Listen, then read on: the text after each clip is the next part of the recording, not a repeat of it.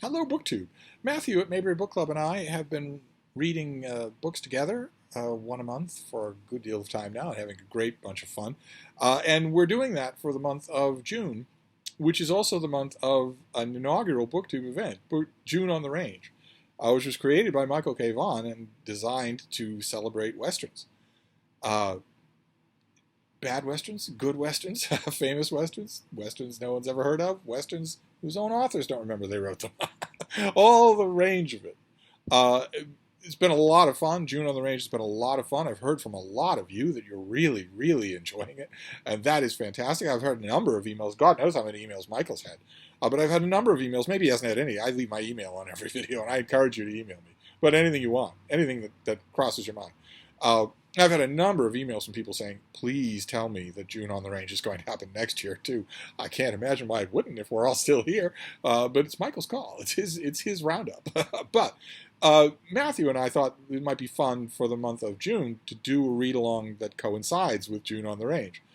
So we are reading throughout the whole month one of the longest Westerns ever written, and in my opinion, the best Western ever written, and that is Larry McMurtry's Pulitzer Prize-winning novel, Lonesome Dove. There is a Steve edition of Lonesome Dove for you to look at so that you're not looking at me. And this is a story, in bare bones, of a pair of old Texas Rangers, Captain Call and Captain McCrae, who have somehow fetched up down in Texas in Lonesome Dove on the Rio Grande, running a hardscrabble cattle company without really any plan or vision of the future, which doesn't bother Augustus McCrae, who's a talker and a dreamer, but it does bother Captain Call, who very much wants a purpose and realizes only once their old colleague, a ne'er-do-well scoundrel named Jake Spoon, rolls into their cattle company that he has lacked a purpose. And Jake Spoon provides him with one by telling him tall tales about a great pasture land that's there for the taking, way up north in America, so well outside of Texas. And on the spur of the moment, Call decides that he will assemble his men, assemble a big herd of cattle, and make the trek. An unbelievably long and daunting trek into territory that neither he nor Captain McCrae knows. They know the Texas territory very well. They have been Texas Rangers. They were Texas Rangers for a long time and were engaged in a lot of dangerous pursuits against dangerous enemies. Now, at the beginning of Lonesome Dove, it seems like the dangerous enemy will just be the drive, the cattle drive. So they pack up, they assemble our cast of characters, including Lorena, the Lonesome Dove's one prostitute, who falls in love with Jake Spoon, even though early on in the book we can tell as readers that that is a very dumb thing to do. He might be glamorous and a smooth talker on the surface, but he does not have anything like the worth or grit of Captain Call or Captain McCrae. It's a bad idea for her to fall in with him, but she does. And they agree, he agrees to go along, but he's not going to go along on a cattle drive. He's certainly not going to do any work, any cowboying work. He and Lorena will travel sort of parallel with the herd as far as they feel like it. Jake Spoon is not throwing in with this new enterprise up in Montana. He's not doing anything like that. He's just literally along for the ride. And they set off. And that was the first week that we read, the first 200 pages or so. And the 200 pages or so that we're reading today take that basic premise and complicate it, because that premise alone would be a failure on the author's part, any author's part. If that's all they want to do, then that is lazy storytelling. There's no way to root for characters against just the hardships of the elements. There's a way to root for them, but it's not as effective as if you have a bad guy, a threat, a danger, something against which our characters can measure not only their fortitude, but also their valor. That's kind of important. And that is one of the many elements that Larry McMurtry introduces in the 200 pages that we're reading today. He shifts the focus away from our cattle drive completely to a character named July Johnson, whose wife has disappeared and who is also dedicated to tracking down Jake Spoon, who killed a man in his territory. Jake Spoon, the way he puts it, was not directly responsible. He certainly wasn't trying to kill the man, but it doesn't matter. He still has to answer to the law, and July Johnson is the law. He is the sheriff. He has a hapless deputy. Larry McMurtry, in these 200 pages, introduces the plot line of July Johnson, his missing wife, his little boy, who he takes with him, can't leave him behind, and that hapless deputy, Roscoe, as they head out into the wilderness. Now, they don't know anything about Captain Colin McRae. They've never heard of Lonesome Dove. They're going out on a separate mission that is eventually going to dovetail with everything involved in the book, but we don't know that. At the beginning of the book, we don't know that. I often want to point out to readers, especially first-time readers of this book, how unusual it is for an author to just decamp from the story he has set in motion. It's a demonstration that Larry McMurtry knows his storytelling powers are equal to anything. He could write about anybody, and it would keep your attention, and it does. I have never met anyone who stopped reading Lonesome Dove because the scene shifted away from the cattle drive, as it does. Here, it shifts away to July Johnson, to his son, to Roscoe's adventures in the wilderness, where he finds a weird, creepy old guy who's keeping a young girl, Janie. She doesn't seem to be his daughter. She seems to be some sort of pet of some kind, and not a well-treated one either. She is basically feral. She's wearing a grain sack, and not a bad person at all. The older man, is very much so, and Roscoe sort of accidentally adopts her. She sort of goes with him. He is helpless as a babe in the woods when he's in the wilderness. The first bad guys that he encounters just overwhelm him. There isn't even a contest. He's just so dumb and ineffective. It's like Janie's leading a cow through the wilderness. She is very effective. There's a wonderful comic scene where when she and Roscoe are accosted by outlaws, Janie runs away. She runs into the wilderness, into the scrub. And they think, well, should we chase her? I mean, she's kind of small. She might not be worth chasing. I guess it doesn't really matter. But Janie has already told Roscoe that the only reason that the old man likes her is because she is so good at chucking rocks that she can take out game. She can provide them with a steady supply of varmints that she kills by throwing rocks at them. So I guess you don't need an AR-15. But anyway, the reader has completely forgotten that detail when they're wondering, how these bad guys are going to kill Roscoe. Is it going to be slow, or are they going to do it right away? When suddenly rocks start sailing out of the brush, and it's not a small thing. These are big, bread loaf-sized rocks, and they're being thrown with a lot of force, and more importantly, a lot of accuracy. They start just pegging the bad guys. It's just I had no idea that scene was coming. I was cracking up while I was reading it because Janie is out in the wilderness chucking rocks at varmints. She's chucking rocks at these bad guys, and she's badly hurting them. They have no idea where she is. They can't hit her with their gunfire. They empty their guns to try and kill her. They have no choice in them. They have no chance of hitting her. They're just helpless in front of her. They're not much more effective than Roscoe. It's only at the last minute that July Johnson finds them, and he is a match for them completely. They're not armed when he finds them. He has an ally out in the bush chucking rocks. And also, Roscoe says at one point to them, "This is Sheriff July Johnson. I wouldn't cross him if I were you." It gives us an idea. Larry McMurtry is giving us a kind of scale of formidability here. In any other Western, in most normal Westerns of the popcorn kind that I am popping down for July on the Range, July Johnson would be the hero of the book. He's a relatively steady hand. He's a relatively cool customer. He stands for right, for law and order. The only reason that he seems a minor figure in Lonesome Dove is because Colin McRae are from a previous era. An era when men seem now to be superhuman. There's very much an element of Homer involved here, where the earlier generation is just more formidable. Some of them, not Jake Spoon, but some of them, good guys and bad guys, are just more formidable than any of their counterparts in the world today. That's the only reason that July Johnson seems, middling effective, is because you've got Colin McRae in the book. And they are, as they haven't yet demonstrated but will, super effective. They come from an earlier time. Another way that we see that is a classic scene, fans love it, where they go into town. They are provisioning a run. They're moving through territory. When they come near a town, they want to provision. They need to find a new cook, for instance, since the old Mexican cook at Lonesome Dove did not come with them. And they need supplies as well. And when they're in town, they encounter a surly bartender a bartender who doesn't know them, doesn't recognize them, doesn't care who they were in years past, doesn't care they were Texas Rangers or anything like that, doesn't care about the fact that, as Augustus McCrae puts it, once upon a time the people around here wanted to make us senators. He doesn't care about any of that. He just gives them lip until Augustus McCrae just whacks him with his gun, knocks him unconscious, breaks his nose, and thinks nothing of it, thinks no more of it than you would about shooing out a mouse. There's an element there of what I'm talking about, that where you get the past suddenly rudely encountering the present is really what's going on there. There was no such encounter when these two were camped down in Lonesome Dove. The world was passing them by. That was the reason that Call wanted to leave in the first place.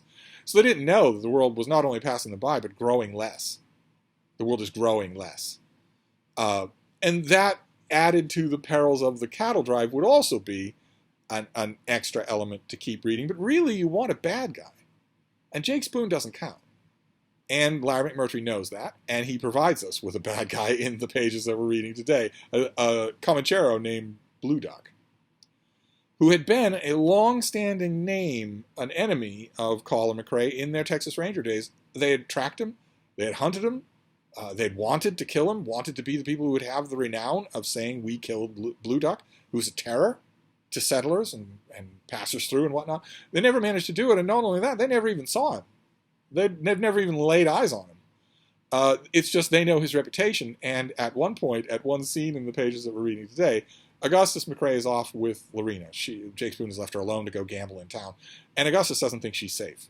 It's wild country, after all. He doesn't know anything about Blue Duck at the moment. He just thinks it's better to stay with her. And he's bathing with his underwear, with his long johns on. He's bathing in a pool, a cool pool that they found, when he sees someone coming and tells Laurie to give him his gun. We're told in the course of the book that Augustus McCrae has fantastic eyesight. He sees this person coming long before Lorena can see him on open plain. And also we're told that his big Colt revolver is so heavy she has to use two hands to hand it to him. The great little tossed-off details like that. He just sits there in his long johns with his gun, waiting. And slowly, Lorena does see that a man is coming, and that he's a big Comanchero on a horse that it seems like he stole. He wants water. He wants to water his horse and himself at that little pool. And he asks if he can do that. But he's not a nice guy. And Augustus tells him, sure, but he's watching the whole time, and the man is watching him. And eventually they make their introductions. And we learn that this is Blue Duck. Augustus McCrae learns that this is Blue Duck, and that somehow he is in this territory when he isn't supposed to be, and that he's still alive. Augustus had never seen him before. And Blue Duck has heard of Augustus McCrae as well. At one point, he has the great line, a perfect way. Larry McMurtry has his way with language in this book. If he wants to dilate on some subject, whether it's how cool it is in a spring house or what a particular steer does or doesn't do, he's perfectly content to go on for 6, 8, 10 paragraphs. Like I said, he is trusting in his storytelling ability to keep you along, and it does. But when he wants to be telegraphic, boy, can he be. Boy, oh boy, can he be. And there's a great telegraphic line in that scene where Blue Duck says, if you're McCrae, where's Call? So Blue Duck has never seen them either, but he's heard the legends, and they go hand in hand. The legends are that the two of them are together. Augustus McCrae lets him go. Blue Duck issues him a warning. If you ever bring that insolent tongue of yours up to the Canadian, I'll cut it off and feed it to my wolf pups. He adds a line after that I won't repeat on a family channel. And then he rides off. And there's a hovering tension over the scene that's never made explicit. The closest we get to it being explicit is that Lorena senses it. She senses that tension. She doesn't know what it is, but she senses there's more going on here. And finds herself wishing that Augustus McCrae had shot the guy. It's only later when McCrae is talking to Call and telling everybody in the crowd, at the cattle drive, that Blue Duck is alive and that he's in the territory. It's only then that we hear that McCrae wasn't sure how it would go. It might be that he could have killed Blue Duck. It's possible that Blue Duck could have killed him. And, he had Lorena to think about the whole time, too. This complicates things in a very good way, because it means there's not only a bad guy around, but a legendary bad guy, a bad guy who comes from the same olden days as Call and McCrae, capable of anything, as good at evil as they are at good. Very good. So that element is in place. There's only one more element, that a traditional storytelling element that isn't present yet, and that is romance. You might think, well, what about Lorena? But she doesn't count for that. She counts for something else, something Larry McMurtry is doing that we'll get to in the next part that we're talking about. She doesn't count for romance. She doesn't know her own mind well enough for romance. And the men involved think of her in commercial terms. Augustus McCrae thinks of her as a person as well. Jake Spoon doesn't, but Augustus does. But there's always talk about commerce, about her previous job as the town prostitute.